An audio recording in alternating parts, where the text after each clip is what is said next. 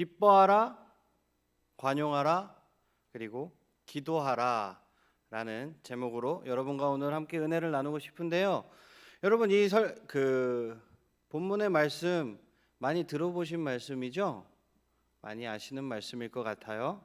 그래서 오늘 우리는 이제 모세오경을 지난 시간으로 해서 마치고 우리가 약속한 게 하나 있죠. 한 챕터가 끝나면 이제 기도에 대해서 배우는 시간. 그래서 기도란 무엇인가라는 주제로 기도를 하는 것도 중요하지만 기도를 배우는 시간을 갖는다고 얘기를 했었어요. 그래서 오늘 이 본문은 이 바울이 그 빌립보서에서 주장하는 기도의 의미가 무엇인지 오늘 살펴보는 시간을 조금 갖도록 하겠습니다.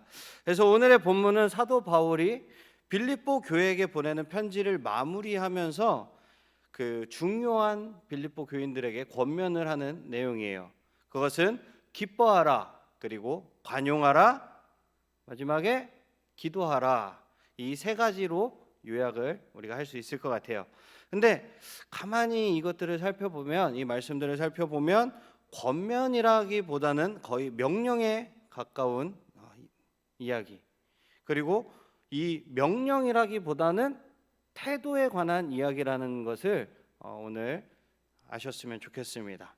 그래서 우리가 그리스도인으로서 어떤 태도를 가져야만 하는지, 그리고 어떤 태도로 우리가 하나님께서 빚으시는, 그러니까 하나님께서 빚어가시는 그런 역할이 되어야 하는지 한번 보도록 하겠어요.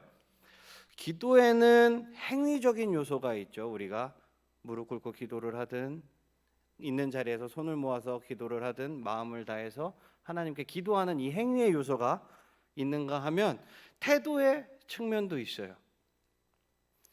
그리고 기도 자체가 그런 태도들을 형성해 나가는데 중요한 기초가 된다라는 사실을 오늘 기억하시기 바라겠습니다. 우리 먼저 본문 4절을 보면은 항상 기뻐하라, 내가 다시 말하노니 기뻐하라 라고 이야기하고 있어요. 이것이 과연 가능한 이야기일까요? 가능하다고 생각하십니까? 어제 일만 생각해봐요. 어제 일 딱 생각해봐도, 어제 일만 생각해봐도 짜증나는 일이 한두 가지가 아니었을 거예요. 우라가 치미는 일이 한두 가지가 아니었을 것입니다. 도대체 인생을 살아가면서 우리가 비록 짧은 인생을 지금 살고 있지만 이것이 가능한 일일까요, 여러분? 이 말씀은 하나님 편에서의 이야기예요. 하나님 편에서의 발언이라는 이야기입니다. 하나님이 우리의 모든 삶을 궁극적으로 기뻐할 수 있는 자리까지 이끌어 가신다라는 뜻이에요.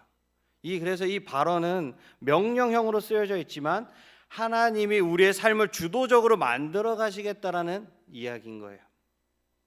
내가 기뻐하는 것보다 더 확고한 이야기예요. 우리가 시간과 공간이라는 이 삶을 살아가다 보면 도무지 사람이 기뻐할 수 없는 일들이 많이 있어요. 그죠? 도저히 기쁨이 분출되지 않을 때가 많아요. 그런데 하나님은 사도 바울을 통해서 기뻐하라, 기뻐하라 이렇게 재차 강조하고 계십니다. 사실 이 말에는 상당한 아이러니가 존재하고 있습니다.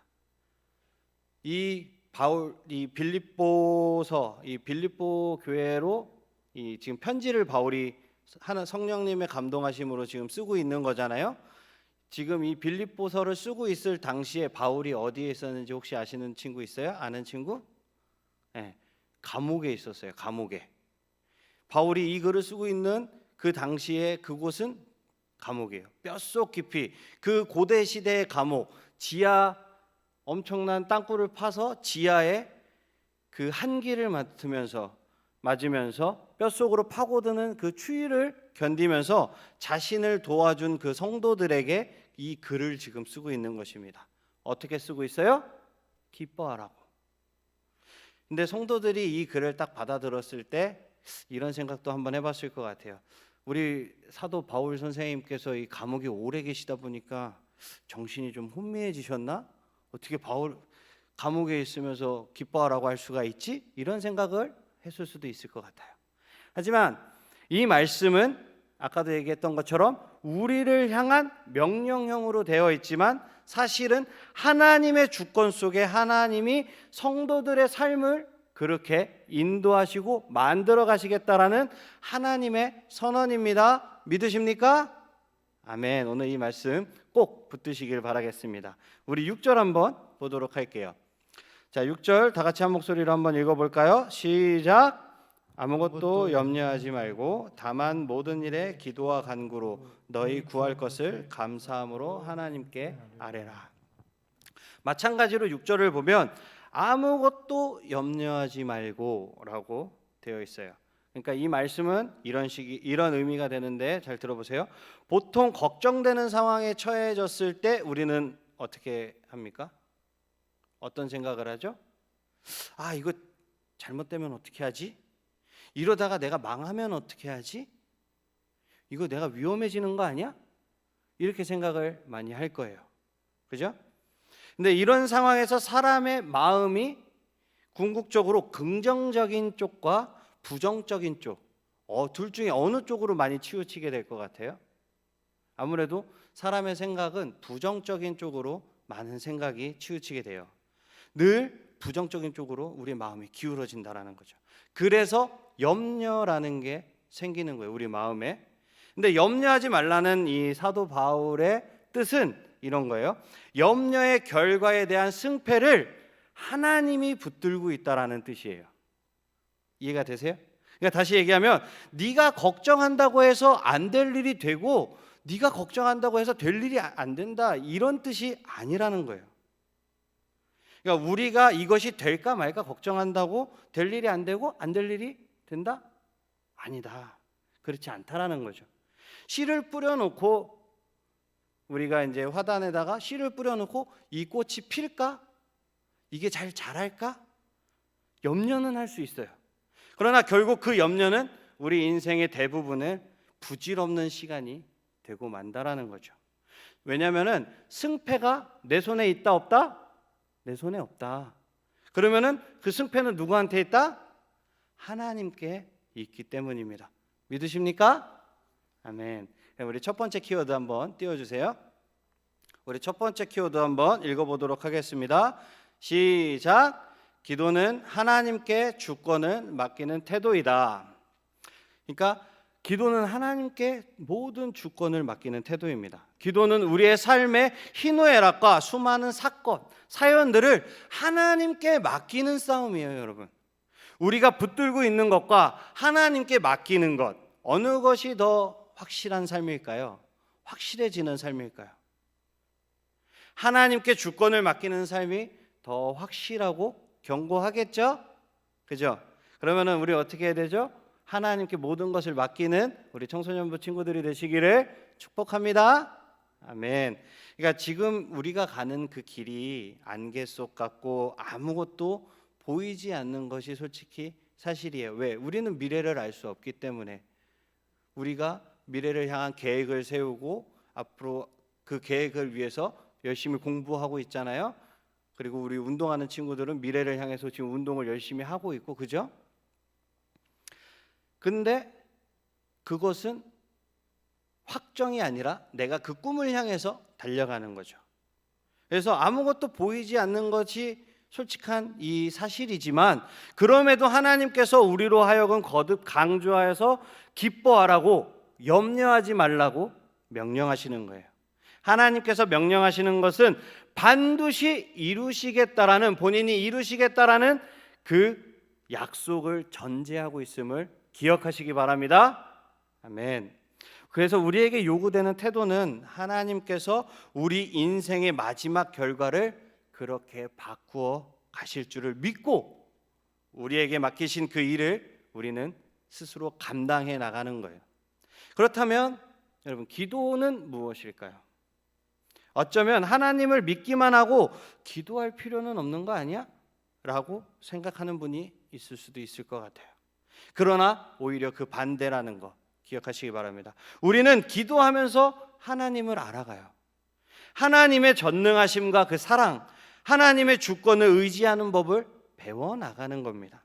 그 상태를 성경에서는 겸손이라고 표현을 하죠. 늘 비천한 심령이 되어서 하나님께 기대는 것입니다.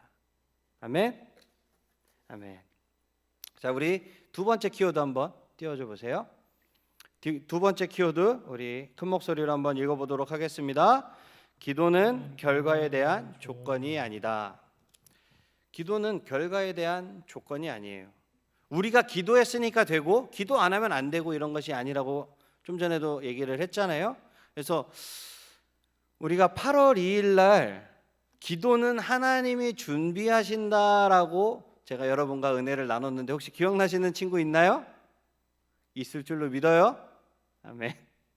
자, 사무엘 선지자는 그때 하나님으로부터 이 땅에 왕이 될 사람이 나귀를 찾으러 여기에 올 것이라고, 자신에게 올 것이라고 하나님께 이야기를 듣습니다. 그리고 하나님은 사무엘에게 결과를 미리 주셨죠. 하지만 정작 왕이 될 사울은 나귀를 찾으러 그냥 다니다가 사무엘에게 간 것밖에 안 돼요. 그죠? 내가 왕이 될 사람이니까 우리 사무엘을 찾아가야지. 그러고 찾아간 게 아니잖아요. 그냥 집 나간 나귀를 찾으러 갔다가 사무엘에게 간 것입니다. 그러니까 우리는 그 기도를 통해서 전적인 하나님의 주권이 무엇이라는 것인지를 경험하게 되는 거라는 거예요. 그러니까 다시 한번 말씀을 드릴게요. 우리는 기도를 통해 전적인 하나님의 주권이라는 것이 무엇인지 경험하는 것뿐이라는 겁니다. 그러므로 하나님이 이 모든 승패의 결과를 붙들고 계시는군요. 주님이 하시는 일이군요. 주님이 하셨군요. 라고 이 고백을 하게 만드는 것이 바로 기도라는 것입니다. 5절을 한번 볼게요. 5절을 보면 너희 관용을 모든 사람에게 알게 하라. 주께서 가까우시니라 라고 이야기하고 있습니다. 여기서 얘기하는 관용이 무엇이냐면 흔들리지 않는 공정하고 적합한 태도를 의미하고 있어요. 그러니까 사람은 환경에 따라서 이리저리 흔들릴 수 있습니다. 속이 흔들리니까 다른 사람들을 향한 태도마저 흔들리게 되는 거죠. 그러나 주님은 흔들리는 환경 속에 있는 우리가 흔들림 없는 태도를 갖추도록 빚어가시는 거예요. 하나님이 구원을 만들어가고 이루어 가시는 과정에서 우리 인간은 시간과 공간이라는 조건 아래 놓여 있습니다. 그죠?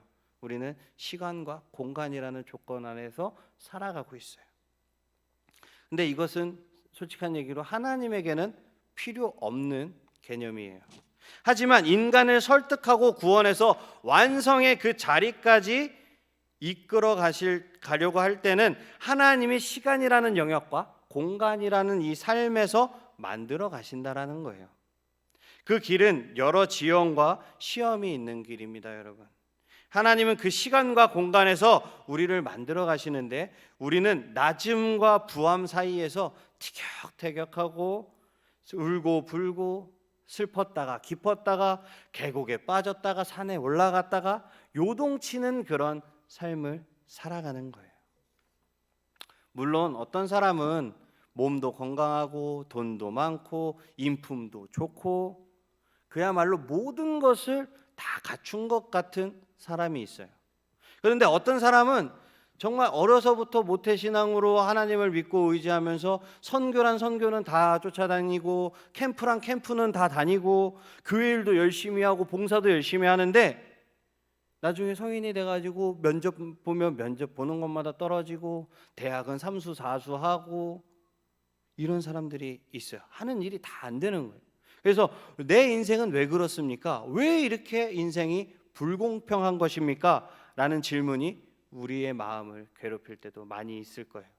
그럼에도 우리가 어떤 형태의 삶, 그 삶의 속에 있으나 우리가 살아내야 할 본질은 같다라는 것을 기억해야 합니다.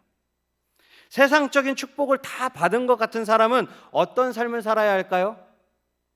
하나님이 엄청 주셨는데도 가만히 들여다보니까 저 사람은 물질과 성공의 힘으로 사는 것이 아니구나.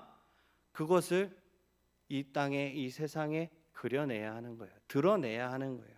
돈이 있고 명예도 있고 인격도 고매하고 모든 상황이 안정적이라고 할지라도 그 성도의 입술과 삶의 고백에서는 오로지 주님만 드러나야 한다는 거예요. 반대는 어떤 케이스일까요? 성경의 반대는 어떤 케이스가 있을까요? 바로 욥이죠. 욥은 매번 엎어지고 깨지고 늘 금이 가요. 우리의 삶도 마찬가지죠. 내가 그와 같은 환경이었다면, 내가 욥과 같은 환경에 있었다면 저는 넘어져도 12번이 뭐야? 한 수백 번, 수천 번은 넘어졌을 거예요. 하지만 욥은 끄떡 없었어요. 저 사람의 삶의 근거가 물질의 없음을, 그 없음에 구질구질한 것이 아니라 삶의 근거가 물질에 있고 없고에 있지 않다라는 것을 느끼게 되는 거예요. 오직 하나님만 바라보는 그 마음.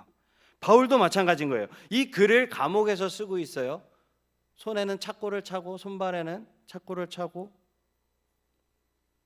근데 바울은 무너지지 않았어요. 비바람이 불고 폭풍우 치는 인생의 가장 험한 길에서 잘 버티고 서 있는 것입니다.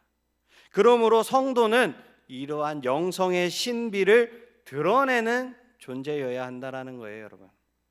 누가 봐도 저 사람이 사는 힘은 도대체 무엇일까? 왜 어떻게 저 사람은 저렇게 항상 기뻐하고 남을 관용하고 포용하고 이해하면서 살아갈 수가 있지? 저런 상황에서도 어떻게 끄떡 않고 저렇게 행동할 수가 있는 거지? 라는 그런 신비함을 세상 가운데 드러내야 하는 존재가 바로 우리라는 사실이에요. 극성이 많은 사람으로 하여금 관용을 알게 하는 것이죠. 그래서 5절에서 관용을 설명하면서 뭐라고 얘기하냐면 마지막에 주께서 가까우시니라 라는 말씀을 더하는 거예요. 즉 주께서 가까우시다라는 이 말씀은 먼저는 그 종말론적인 의미, 그러니까 주님이 오실 날이 멀지 않았다, 이런 시간 개념을 가리키고 있어요. 그래서 주님이 오셔서 모든 것을 정리하시고 모든 것을 완성하실 때가 분명히 다가오고 있다라는 것입니다. 역사의 끝이 있음을 아는 사람은 상황에 일희일비하지 않는다라는 거죠.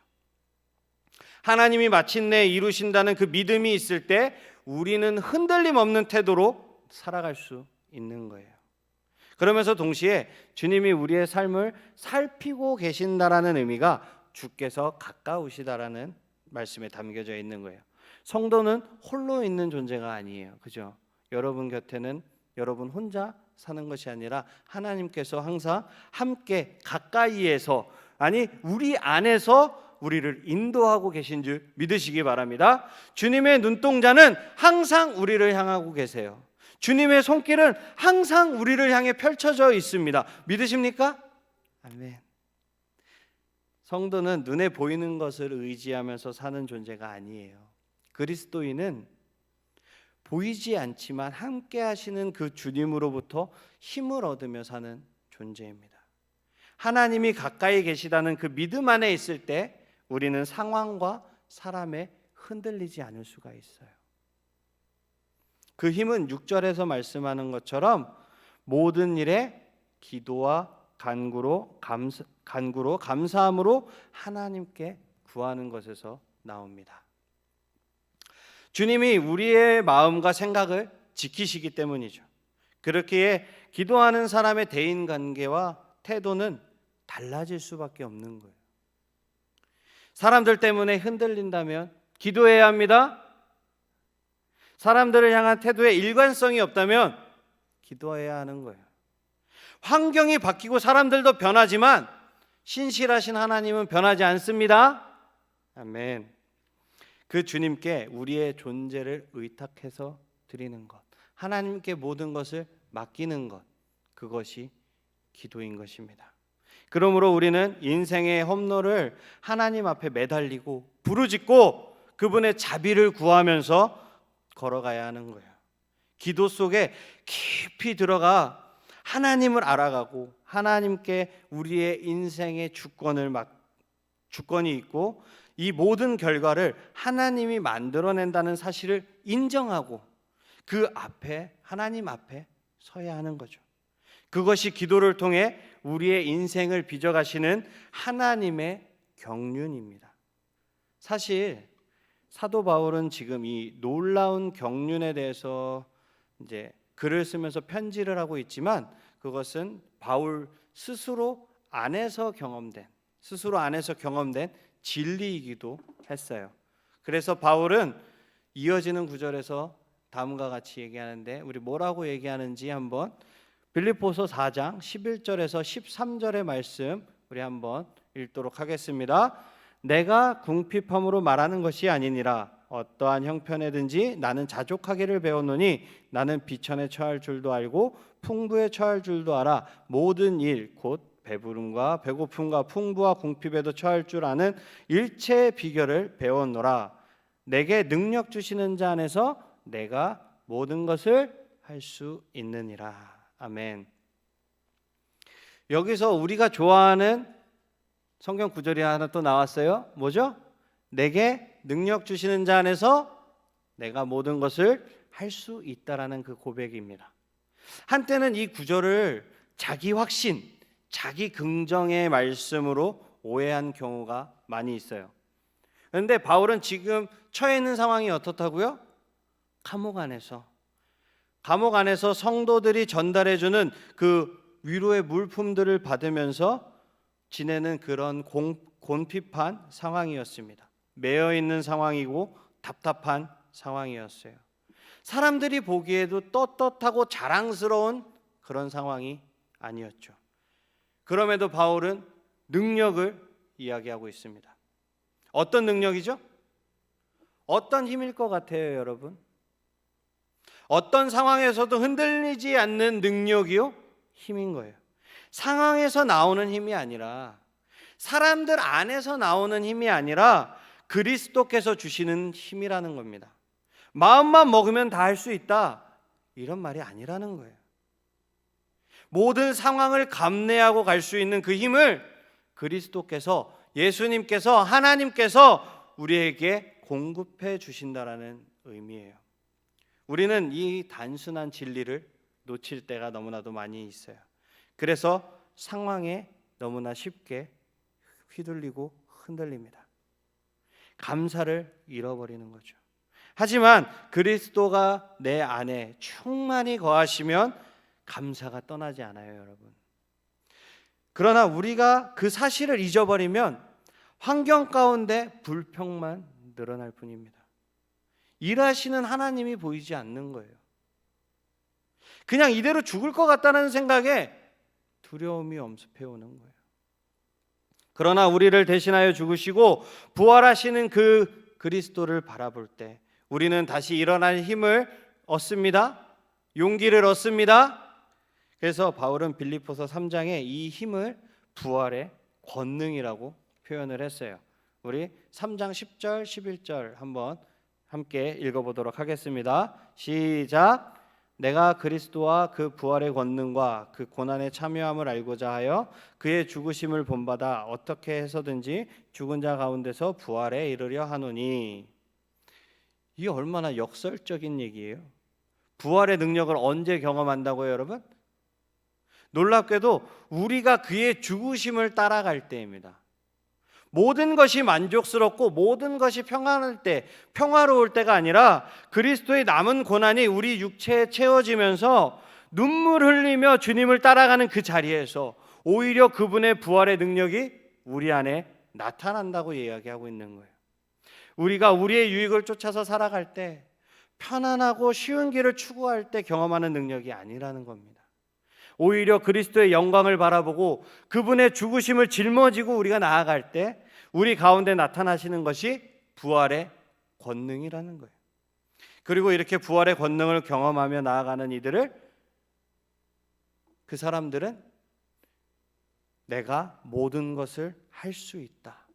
즉 모든 것을 내가 감내할 수 있다라는 그 고백에까지 나아간다라는 거예요. 왜냐하면 자기 앞에 놓여 있는 세상의 상황과 형편들이 사람들이 추구하는 모든 것이 다 상대적으로 보이기 때문입니다.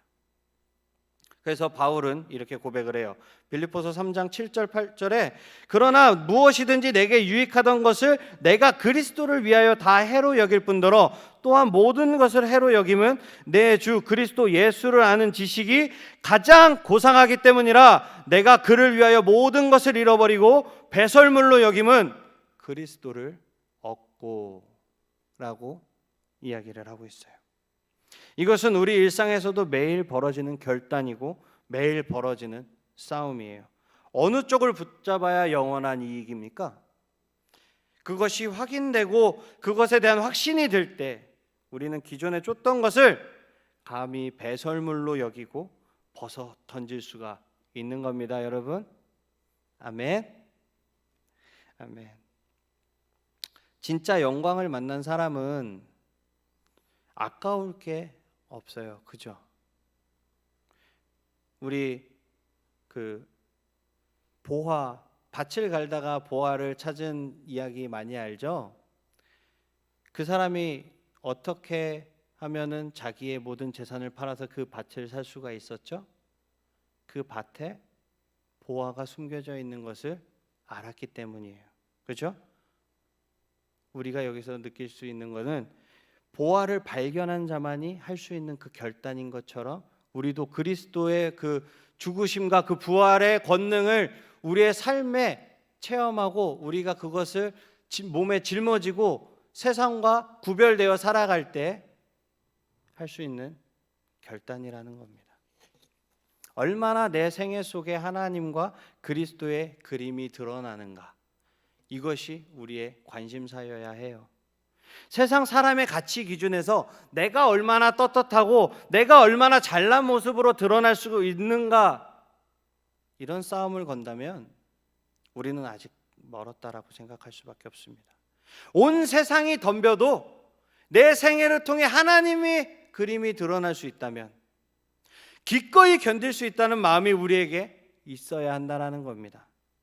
우리의 마지막을 향해 달려가는 우리의 삶의 종착역에 하나님의 그리스도의 그 찬란한 영광이 우리를 감싸 안으면서 예수님께서 우리에게 이렇게 얘기해 주시는 거죠.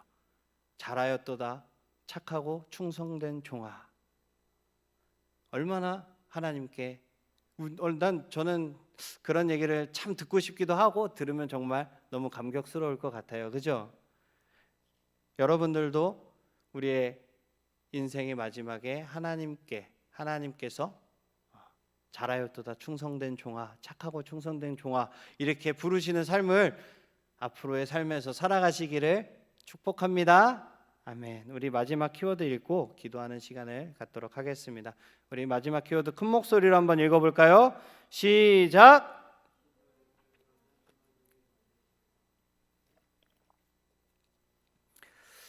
맞아요. 기도는 내 싸움이 아니에요. 기도의 승패는 나에게 있지 않고 누구에게 있다? 하나님께 있다. 하나님께서 이루십니다. 그러면서 동시에 기도는 내 싸움이에요. 내 안에서 여전히 붙들려 있는 세상 것들에 대한 의지와 신뢰를 내려놓고 하나님께만 오로지 내 인생을 의탁하는 거예요. 나를 구속하신 하나님, 죽은 자 가운데서 부활하신 그 주님께만 나를 맡기고 뚜벅뚜벅 걸어가는 싸움인 것입니다. 아멘. 아멘. 한 주간도 이 말씀 붙들고 무시로 성령 안에서 간절히 주님과 깊이 교제하면서 기도하는 우리 청소년부 친구들이 되시기를 주님의 이름으로 축복합니다. 아멘. 우리 주가 일하시네 찬양하겠습니다.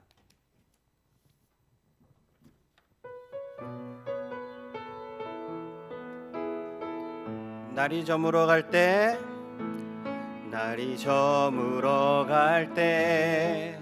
빈들에서 걸을 때 그때가 하나님의 때, 내 힘으로 안 될 때 빈손으로 걸을 때 내 내가 고백해 여호와 이래. 날이 저물어 갈 때, 날이 저물어 갈 때, 빈들에서 걸을 때, 그때가 하나님의 때. 내 힘으로 안 될 때, 내 힘으로 안 될 때, 빈손으로 걸을 때, 내가 고백해 여호와 이래. 주가 일하시네, 주가 일하시네,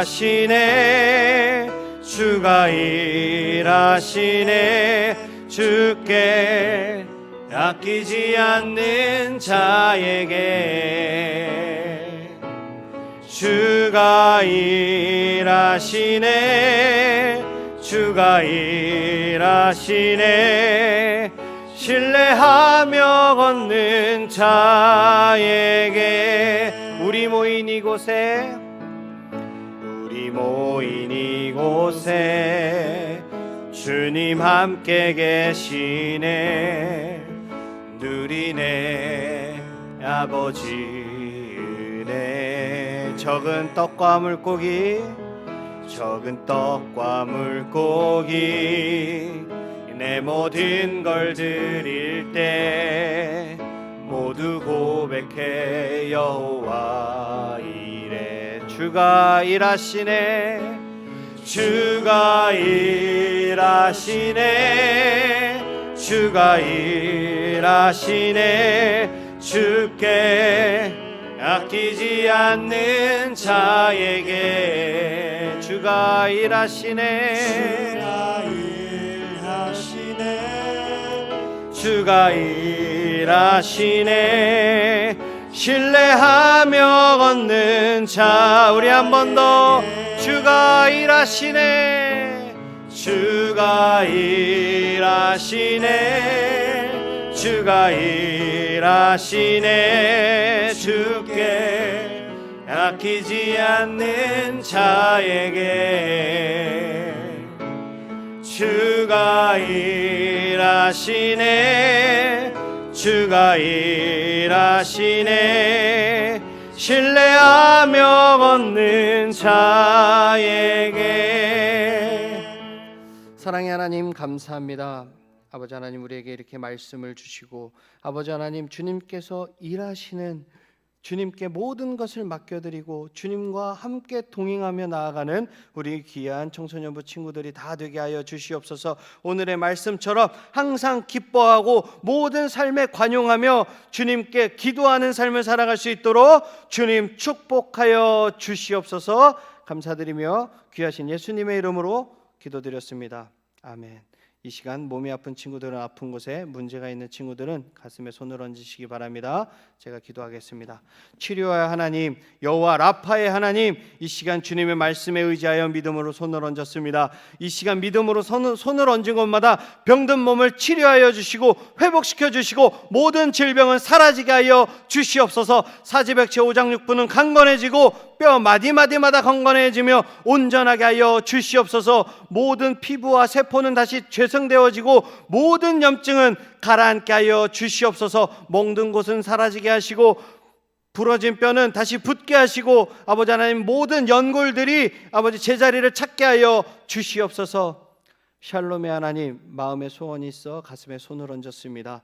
주님, 우리 친구들의 모든 문제를 해결하여 주시옵소서. 학업의 문제를 해결하여 주시고 우리의 고민들을 이 시간 주님의 뜻 가운데 해결하여 주시옵소서. 부모님과의 문제들, 친구들과의 문제들, 그리고 나 자신과의 내적인 문제들을 주님께 위탁드리오니 주님께서 위로하시고 만지시고 회복시켜 주시옵소서. 우리 청소년부 모든 친구들에게 하늘의 풍성한 복과 평강을 허락하여 주시옵소서. 공부하는 모든 친구들에게 하늘의 지혜와 명철을, 하나님의 비전을 품고 나아가게 하시고, 운동하는 모든 친구들에게 다치지 않고 운동할 수 있도록 주님께서 함께하여 주시고, 그 운동을 통하여서 하나님의 비전을 아버지 하나님 이루어 나갈 수 있게 하여 주시옵소서. 우리 친구들이 가는 모든 길에 꼬리가 되지 않고 머리가 되게 하여 주시고, 온전히 그리스도의 빛을 비추는 귀한 친구들이 되게 하여 주시옵소서.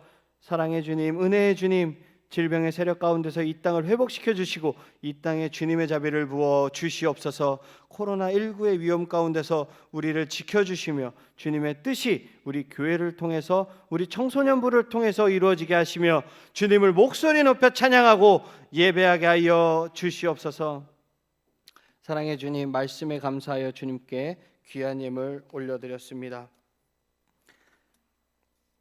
모든 환경, 인간관계 갈등, 각종 문제 상황에서도 감사할 수 있게 해주심에 감사하여 주님께 귀한 예물 올려드렸습니다.